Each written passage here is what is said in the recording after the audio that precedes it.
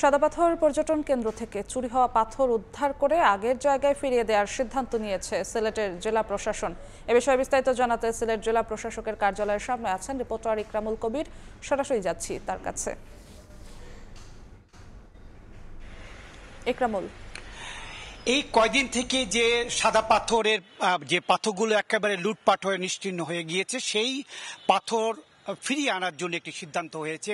অন্যদিকে জাফলং যে ইসিএ বা প্রতিবেশগত সংকটাপন্ন এলাকা, সেই এলাকার রক্ষার জন্য কিছু সিদ্ধান্ত হয়েছে। সেই সিদ্ধান্ত হয়েছে বিকেল থেকে প্রায় রাত পর্যন্ত সিলেট সার্কিট হাউসে জেলা প্রশাসকের সভাপতিত্বে একটি উচ্চ পর্যায়ে জেলা প্রশাসন, বিভাগীয় প্রশাসন এবং আইনশৃঙ্খলা বাহিনীর ঊর্ধ্বতন কর্মকর্তাদের যৌথ একটি সভা হয়েছে। সেই সভা যে সিদ্ধান্তগুলো হয়েছে, 5টি সিদ্ধান্ত হয়েছে, সিলেটের জেলা প্রশাসক স্যার মোহাম্মদ মাহবুব মুরাদ আমাকে জানিয়েছেন। সেই সিদ্ধান্তগুলো হয়েছে জাফলং ইসি এলাকা ও সাদাপাথর এলাকায় 24 ঘন্টা যৌথ বাহিনীর দায়িত্ব পালন করবে। এবং দ্বিতীয় সিদ্ধান্ত হয়েছে গোয়েনঘাট ও কোম্পানিগঞ্জ, অর্থাৎ গোয়েনঘাট হচ্ছে গিয়ে জাফলং এলাকা এবং পুরো এলাকাটি গোয়েনঘাট উপজেলার মধ্যে পড়েছে, এবং কোম্পানিগঞ্জ পুলিশ চেকপোস্টের যৌথ বাহিনী হিসেবে সর্বাক্ষণিক দায়িত্ব পালন করবে।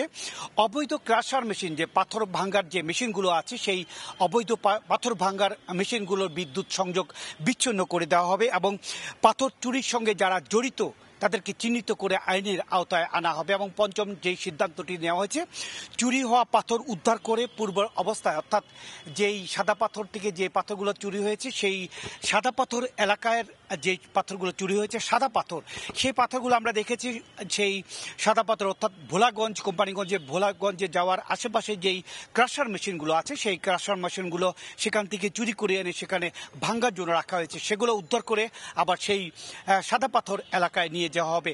এবং আগামীকাল দুপুর 2টার সময় সিলেটের জেলা প্রশাসক সাদা পাথর এলাকা পরিদর্শন করবে এবং যৌথ বাহিনী যে সদস্যরা সেখানে দায়িত্ব পালন করবে সেগুলো পরিদর্শন করবে। অন্যদিকে জাফলংয়ের যেই জায়গাটি আছে, সেই ইসি এলাকা, সেই ইসি এলাকায় ঊর্ধ্বতন কর্মকর্তারা পরিদর্শন করবে।